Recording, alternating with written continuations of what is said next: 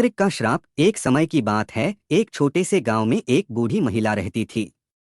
उसका नाम सुमित्रा था। सुमित्रा बहुत ही दयालु और परिश्रमी थी। उसका जीवन बहुत सादगीपूर्ण था, वह हमेशा खुश रहती थी। उसकी एकमात्र संगिनी थीं दो गौरैया, जिनका नाम चिरू और पिरू था। ये गौरैया सुमित्रा के साथ बहुत प्यार करती थीं और वह दोनों उसका अकेलापन दूर करती थीं। सुमित्रा चिरू और पिरू की देखभाल करती और रोज उन्हें दाना डालती और प्यार से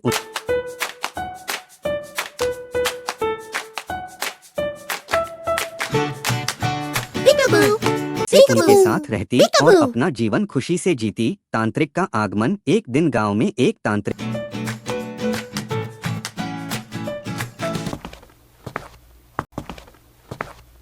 आया। वह बहुत ही क्रूर और शक्तिशाली था।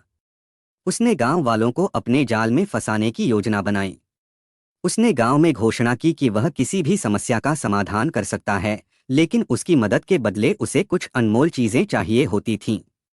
गांव वाले उसकी बातों में आ गए और अपनी कीमती चीजें देने लगे।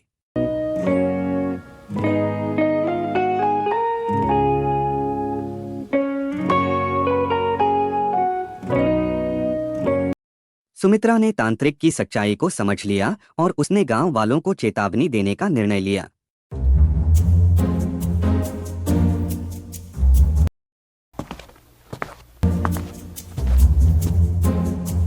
जब तांत्रिक को यह बात पता चली तो वह बहुत क्रोधित हो गया।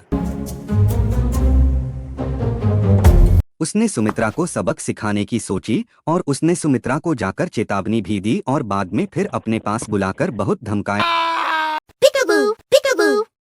धमकाया, परंतु वह नहीं मानी और वहां से चिरू और पिरू के साथ वापस चली गई।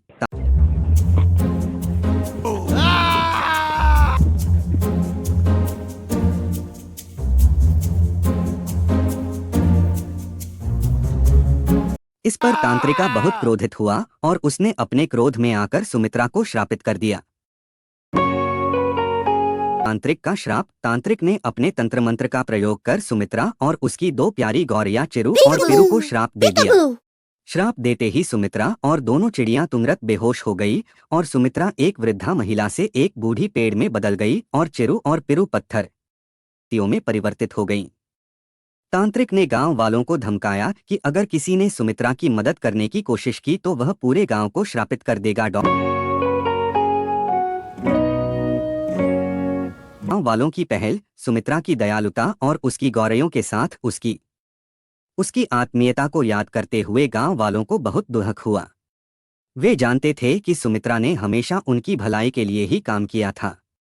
उन्होंने एक साथ मिलकर तांत्रिक का सामना करने का निर्णय लिया।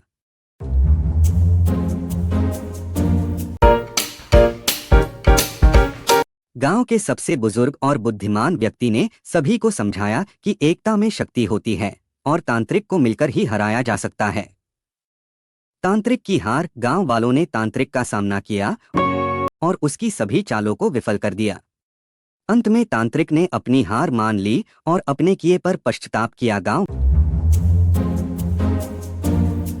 गांव वालों ने उसे सुमित्रा को फिर से इंसान बनाने के लिए कहा। तब तांत्रिक ने वापस अपनी शक्ति का प्रयोग किया और सुमित्रा फिर से इंसान बन गई।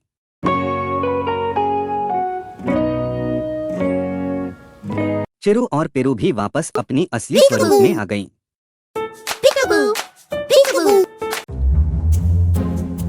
और वह तांत्रिक अंत में एक दिन गांव छोड़कर भाग गया। तांत्रिक के जाने के बाद उसकी सभी तंत्रमंत्र की शक्तियां समाप्त हो गईं।